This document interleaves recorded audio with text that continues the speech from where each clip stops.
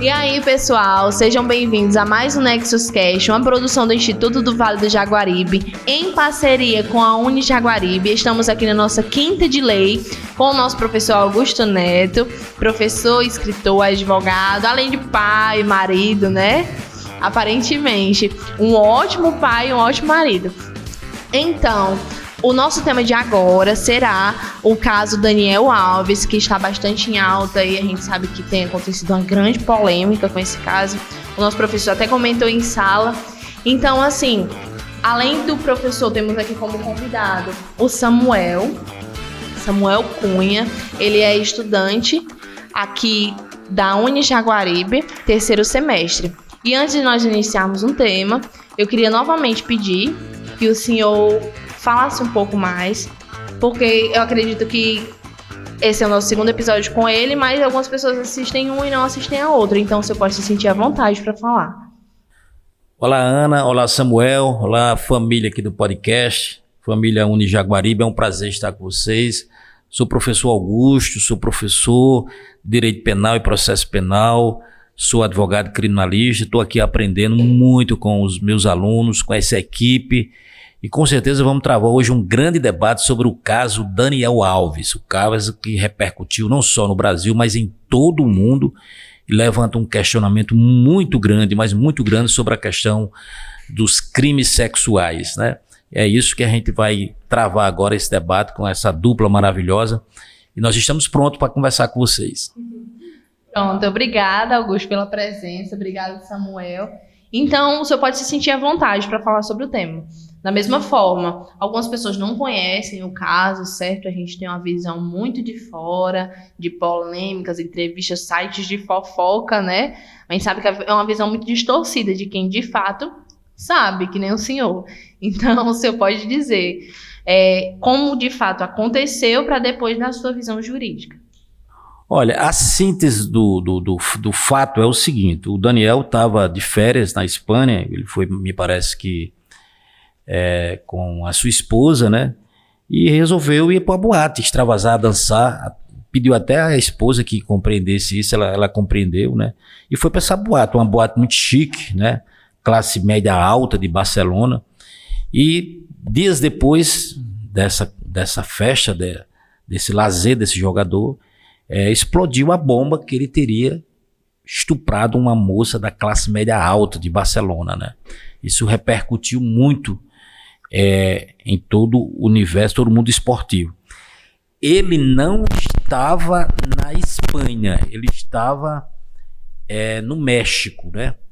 E aí ele veio à Espanha atraído por uma mensagem falsa da polícia, que daqui a pouco a gente vai falar sobre isso, e também para assistir ao velório da sogra, e foi prestar depoimento, esclarecer perante a autoridade judicial, como se fosse uma audiência de custódia.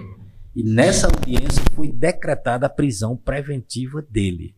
Daí o caso pegou a repercussão e ele está preso até esse momento. E aí que nós vamos discutir o caso Daniel Alves, a questão do estupro, o depoimento da vítima, qual o peso que o depoimento da vítima tem num crime dessa natureza. É o que a gente vai discutir nesse momento. Quer falar alguma coisa, Samuel? Eu não acompanhei os detalhes do caso, né? Mas todo mundo já ouviu falar, já tem uma noção do que está acontecendo. E é um caso que está só começando, aparentemente, né? O X da questão é ele poder ser concedido para ele a liberdade provisória, que é o que o advogado dele está tentando conseguir.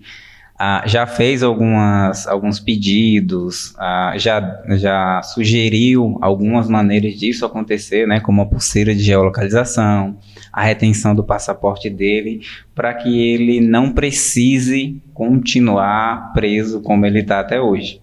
Né? E aí tem detalhes no caso que vale a pena ser discutido, né? O que aconteceu de fato naquela noite, o que a imprensa diz, o que o advogado dele diz, o que o advogado da reclamante diz. Então é sobre isso que a gente vai discutir agora e tem bastante informação aí pra gente. Pronto, professor. Me recordo que o senhor tinha falado em sala de aula que o senhor... sobre a postura do juiz, ou foi da juíza? Porque foi tipo uma armadilha que eles fizeram para ele. O Daniel Alves, quando a moça foi a suposta vítima, ela acionou lá os seguranças, imediatamente a polícia também foi acionada, né? Esse caso foi logo apurado, foi apurado rapidamente, porque nós não tivemos acesso a isso, mas dentro de 24 horas a polícia de Barcelona já tinha muitas evidências sobre isso aí. Em relação ao crime de estupro, veja bem, o depoimento da vítima ele tem um peso muito forte, seja na Espanha, seja no Brasil, seja em que for. Por quê? Porque a lei ela enxerga o seguinte, que o infrator ele não vai fazer isso na presença de uma testemunha, né? Geralmente na cena do crime só está o infrator e a vítima. Então, se não houver uma contradição no seu depoimento, o depoimento dela tem um fé de ofício. É um peso muito forte para o réu. Esse é um ponto. Segundo ponto, para o leigo, é bom esclarecer que antigamente, antes de 2009, o estupro era uma relação sexual forçada pênis-vagina. Acabou-se isso. Qualquer constrangimento sexual, você pegar nos seus forçadamente, você pegar na parte íntima forçadamente, você constranger a mulher forçadamente, isso é estupro, né? Então, não é mais assédio, né, então, é estupro. Agora, o fio que separa o estupro do assédio, da importunação ao pudor é muito fino, tem que ter cuidado para isso, que também seria outro tema, né? Tem muita gente que às vezes comete um crime de importunação ao pudor e não é o estupro, então é muito... Então, assim, no caso do Daniel Alves, a vítima categoricamente disse que foi estuprada, né? E o que está pegando conta... Eu vou começar a falar os fatores negativos, depois eu vou falar alguma coisa positiva em relação a ele. Okay. Os fatores negativos, me parece que ele entrou em muita contradição, né? Quando ele foi para a audiência com a juíza já perguntou assim, qual é o seu salário? Aí ele disse, olha, eu ganho $30 mil no México. A juíza disse, olha, por que você diminuiu um 0 no seu salário? Eu estou com o seu contrato aqui, você ganha $300 mil. E já começou desarmado, né? Você teve relação sexual com... Não, tive... Rapaz, você tem uma tatuagem íntima aí, na sua região íntima aí, e a vítima descreveu essa tatuagem.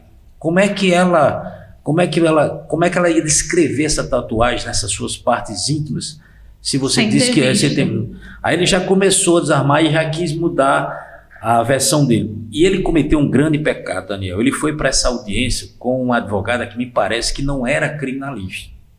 Era uma advogada que atua na área empresarial, trabalhista, aquela coisa toda. Deve ser a advogada empresarial dele, no caso, era advogada da confiança assim, dele há muito né? tempo. Não era um advogado criminalista naquele momento. Naquele momento ele sentiu que a coisa estava difícil, que ele tinha caído na armadilha. Então, o que está pesando contra ele são a prova pericial, o depoimento da vítima, as contradições dele. Então, acho muito difícil ser revertido esse quadro. Eu acho que o Daniel ele foi vítima também de uma armação do Estado. O que o Estado fez? Plantou uma notícia falsa. Pegou um jornal sensacionalista e divulgou, olha, Daniel Alves está sendo acusado de assédio sexual, e passou 17 segundos com a vítima. Não foi estupro. Então eles divulgaram isso. O Daniel ouviu essa notícia, né? Aí a polícia ali entrou em contato com ele para ele fazer um acordo e tudo mais. Então ele já veio desse ponto. Né? Acreditando nisso, né? Então, mas ele veio de boa fé. Ele veio, né? Quer dizer, o Estado ele arma uma... Talvez por isso que ele não já trouxe a advogada criminalista, o né? Estado ele arma uma situação para fazer valer a prisão. Quer dizer, quem agiu de maneira com má fé foi o Estado, não foi o Daniel, nessa parte aí. Segundo ponto, eles analisaram o seguinte, o Daniel tem uma condição financeira muito grande, uma estrutura muito grande.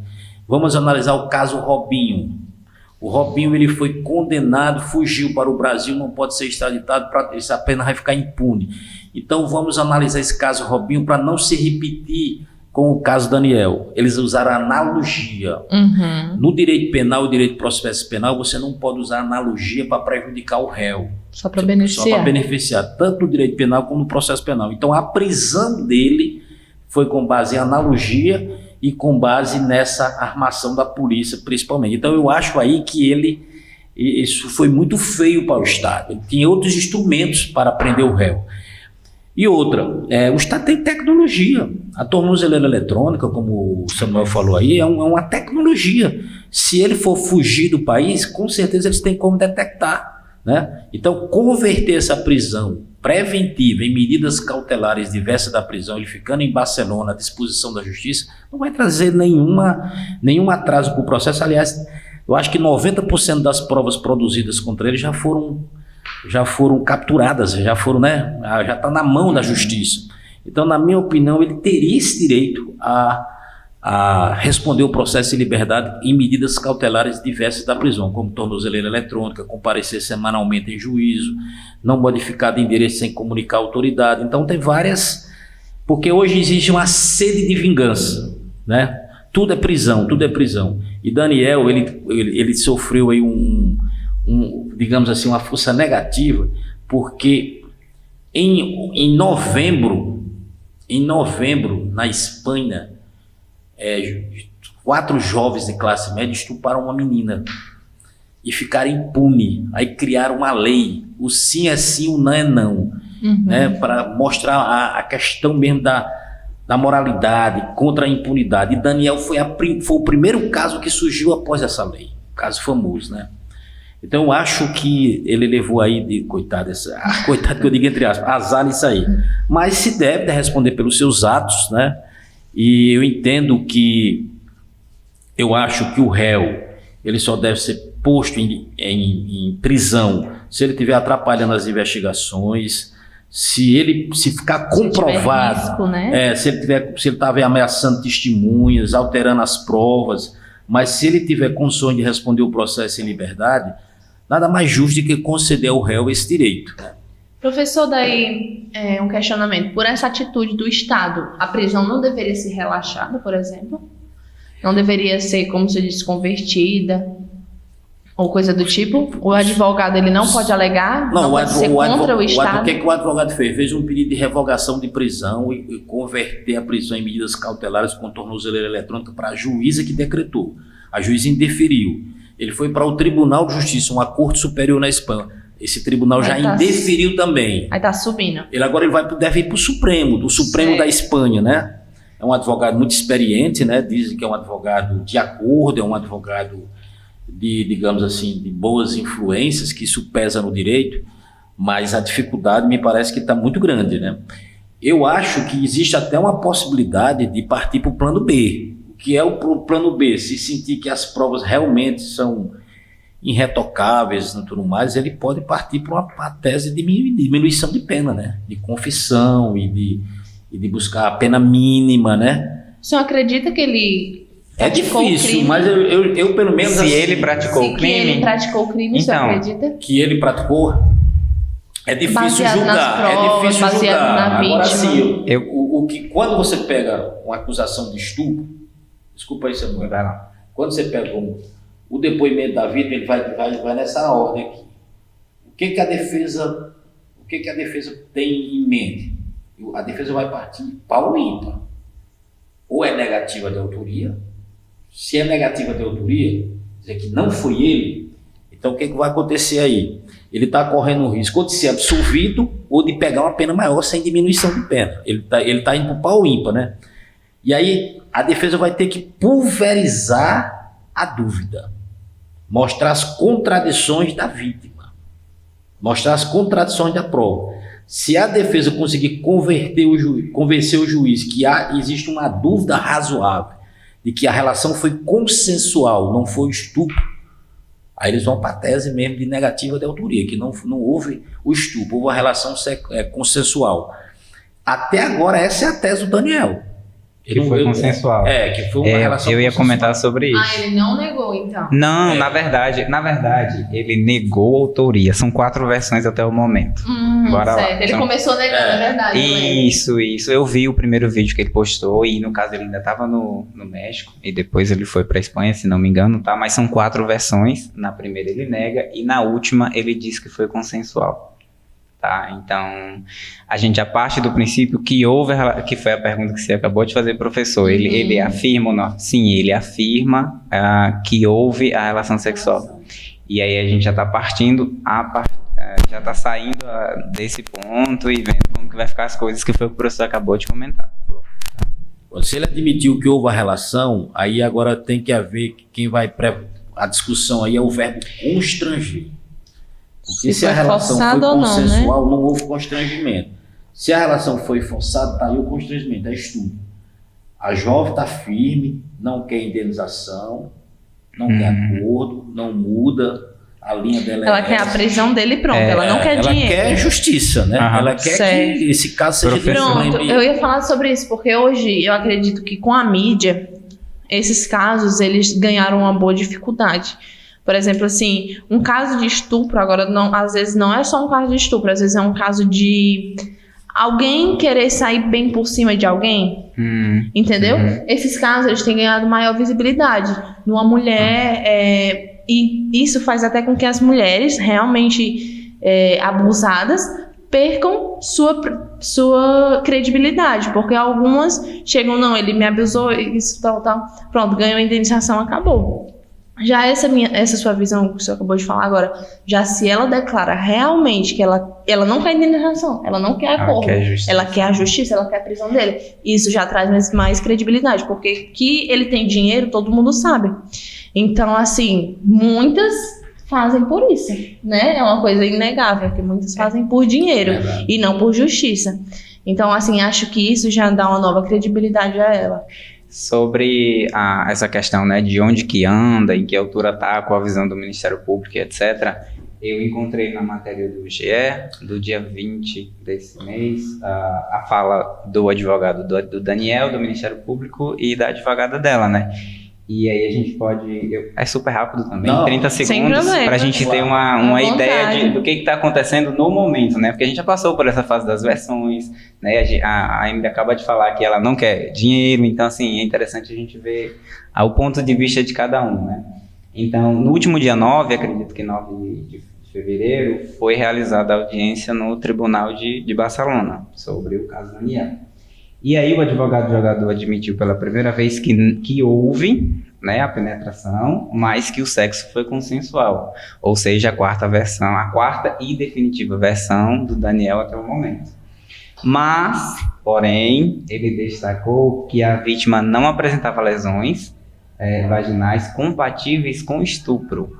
Então, ele afirma, provavelmente ele deve ter provas sobre isso, né, já que ele está destacando e afirmando, mais uma vez questionando a versão da denunciante. Ou seja, a versão oficial é que houve o ato consensual do Daniel com a vítima, não é isso? O Ministério Público da Espanha, ele lembra que os exames biológicos confirmam os restos de sêmen do Daniel no corpo da vítima, porque assim que aconteceu o ocorrido, ela foi fazer os exames, né? E aí tem um registro dessa ocorrência. No caso da advogada da vítima, a Esther Garcia, ela afirmou quando saiu da audiência que a liberdade provisória de Daniel Alves seria um ataque à integridade psicológica da denunciante, que vem a calhar com o que a Emily acabou de dizer, que não é uma questão de dinheiro, é uma questão de justiça, né? Então a gente consegue perceber na fala da advogada que essa é a linha, né? Justiça em si, e nesse caso provavelmente a advogada ela não concorda com a versão do advogado Daniel, né? Com a última versão, de que houve, mas foi consensual, entende? E o Ministério Público, ele corrobora a versão do advogado Daniel, de que sim, houve, porque houve os exames e o sêmen estava lá. Professor, me tirou uma dúvida. Aqueles que foram julgados sobre o Boate Kiss, que a gente acabou de falar agora, eles não foram presos preventivamente? Veja bem, eles foram, o juiz, na hora que o júri condenou os réus, aí o juiz mandou expedir o mandado de prisão. Na hora da sessão do júri, aí chegou o advogado, já tinha um habeas corpus de um dos réus, que era o dono da boate. Olha, Excelência, nós conseguimos esse habeas corpus preventivo aqui em relação ao réu tal, e está aqui, para o Vossa Excelência se abster de expedir mandado de prisão só para um. O que o juiz fez? Olha, se eu tenho aqui um habeas corpus do Tribunal do Rio Grande do Sul, mandando soltar, mandando que eu não prenda o réu que pegou a pena maior. Então, nada mais justo, mais coerente que eu estendo os efeitos desse habeas corpus aos demais réus. Aí eles ficaram soltos, saíram do tribunal do júri, soltos. O Ministério Público entrou com recurso. E aí o Fux, do Supremo, cassou a decisão do habeas corpus e eles ficaram presos, certo? Depois do julgamento, o Tribunal de Justiça do Rio Grande do Sul deu uma decisão anulando o júri. Aí os réus foram postos novamente em liberdade. Pronto, é uma guerra jurídica. Essa é a minha dúvida, assim, porque pra gente ver a complexidade do direito, né? A gente vê de um lado um advogado alegando que vai ser ruim pro psicológico da vítima. Ela tá solta, ele está solto, É verdade, né? E a gente, por outro lado, pensa que ele poderia ter uma tornozeleira, poderia ter uma coisa menor. Por quê? Porque tem gente que fez coisa mais grave do que ele não tá preso preventivamente.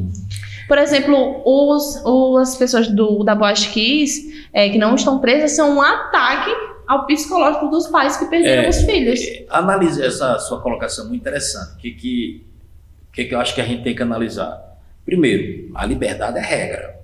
A prisão é exceção. É a última rádio. Quando é muito bem. É o princípio da última coisa, né? O juiz, antes de decretar, o cara está preso, Daniel está preso. Na minha opinião, o que um juiz, um desembargador deveria fazer? Bem, é o seguinte, esse rapaz está preso. Se ele estivesse solto, eu teria motivo para decretar sua prisão? Essa é a pergunta que o juiz deve fazer. Ele está preso. Se ele estivesse solto, eu teria motivos para decretar sua prisão? Por exemplo, ele teria atrapalhando as investigações, ele estaria coagindo testemunha, ele estaria fabricando provas, destruindo provas. Se a pergunta do juiz a resposta vier no subconsciente, não, então não acho que o juiz deve soltar. Exatamente. Soltar. Na verdade, o fato, isso aí o professor já comentou, e é interessante a gente falar novamente que o Daniel está preso por causa do medo de fuga, por causa do caso Robinho. Robinho foi condenado na Itália e está solto no Brasil. Outro motivo para ser revogado. Isso, mas aí tem uma questão, que eu gostaria que o professor comentasse, que é, professor, como que fica essa questão de usar o caso Robinho como referência para manter o Daniel preso? É um absurdo, porque você está usando analogia para prejudicar o réu. Não é? Você está dizendo um caso, me parece que essa nossa discussão aqui, a juíza nega isso, sabe? Mas no fundo, né, você não pode fazer um negócio desse. Seria punir uma pessoa, né, praticamente duas vezes pelo mesmo fato. Eu acho que a situação deve ser um fato concreto. Bem, nós temos condições de manter esse rapaz aqui na Espanha, ele não fugir, e ele comparecer a todos os atos, né? Será que um cara como Daniel Alves, que tem uma estrutura financeira em cima dele, né? Como o pessoal da vida não pode imaginar. O cara tem uma estrutura em cima dele. Ele pode pegar um avião um particular, né, um piloto amigo dele, e fugir para o Brasil. E ele tem, daqui que a gente consiga... Dele conta. Eles botam tudo isso passar na cabeça da Polícia Espanhola e do Ministério Público, né, que ele tem uma estrutura financeira muito grande, né? Então, assim, eu entendo que ele teve boa fé. Porque ele saiu lá do México, não, ele veio pro velório da sogra. Sim, mas ele se apresentou espontaneamente e tudo mais. Não, é porque ele não sabia. Ali nós fizemos uma armadilha contra... Mas pior ainda. Exatamente, a intenção dele era boa, né? Ele não sabia do resultado. É verdade. O professor comentou que o Estado nega, e de fato o Estado nega. Esse comentário que eu fiz com relação a Robinho vem do advogado, dizendo que o caso Robinho não ajuda no caso Daniel Alves por causa dessa semelhança, digamos assim, né? E sim, do meu ponto de vista, as sugestões que o advogado do Daniel fez são válidas, por exemplo, como a retenção de passaporte e pulseira eletrônica. Exatamente. Entende? Eu acho que faz sentido.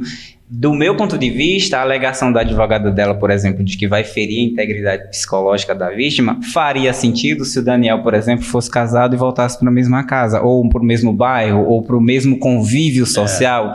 Isso poderia fazer sentido, mas não necessariamente isso pode acontecer. A gente sabe que existem meios de deixá-lo a quilômetros de distância. Fato concreto, só para deixar nosso telespectador bem mais ativo.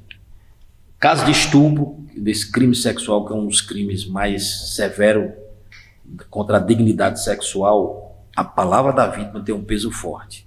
E digo mais, se a vítima for menor de 14 anos, pior ainda, né, o estupro é considerado como de vulnerável, mesmo que ela queira, né? Hoje, por exemplo, uma menina de 13 anos e 11 meses, estou dando um exemplo, assim, Sim. ela não é tão inocente do mundo, né? Mas se ela quiser a relação sexual, mesmo assim é estupro de vulnerável. A pena pode chegar a 15 pode ser anos. denunciada, é verdade. E o depoimento da vítima menor de 14 anos no Brasil, e as outras organizações estão colhendo isso também, a Espanha adota isso, o que é que acontece?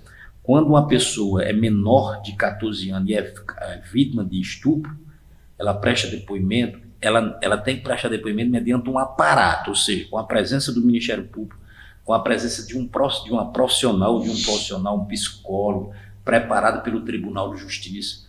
E lá o advogado e o juiz e o promotor não podem mais fazer pergunta diretamente à vítima.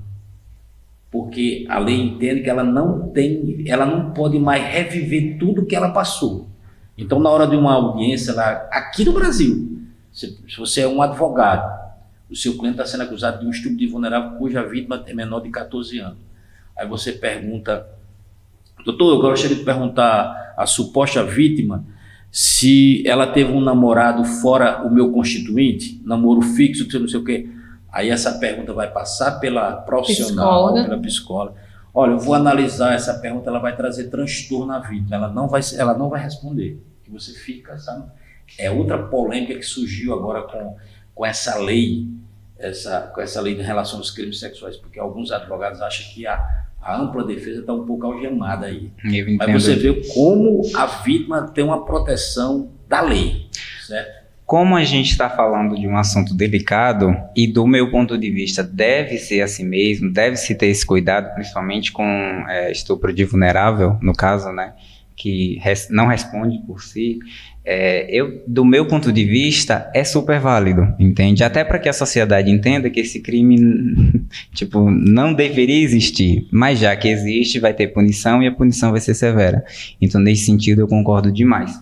Quanto ao caso Daniel especificamente, a gente também está falando de estupro, né? Não de vulnerável, mas de estupro. E aí você tem várias nuances, e aí de fato fica muito complexo e complicado. O jogador muda a versão, a advogada entende de uma forma, o advogado dele de outra. Então é muito detalhe. Eu particularmente me sinto incapaz de julgar a questão da inocência ou não dele. O que a gente tem são fatos, né, que apontam para um caminho ou outro. O direito, viu, Samuel, é muito lindo o direito. Vocês estão agora pagando direito penal 1, teoria geral do crime, e vão pegar, no próximo semestre vão pagar direito penal 2, teoria geral da pena. Então vai chegar um momento que quando o juiz condena o réu, né, rapaz, ele é culpado. Eu estou convencido que ele é culpado. Agora eu vou aplicar a pena.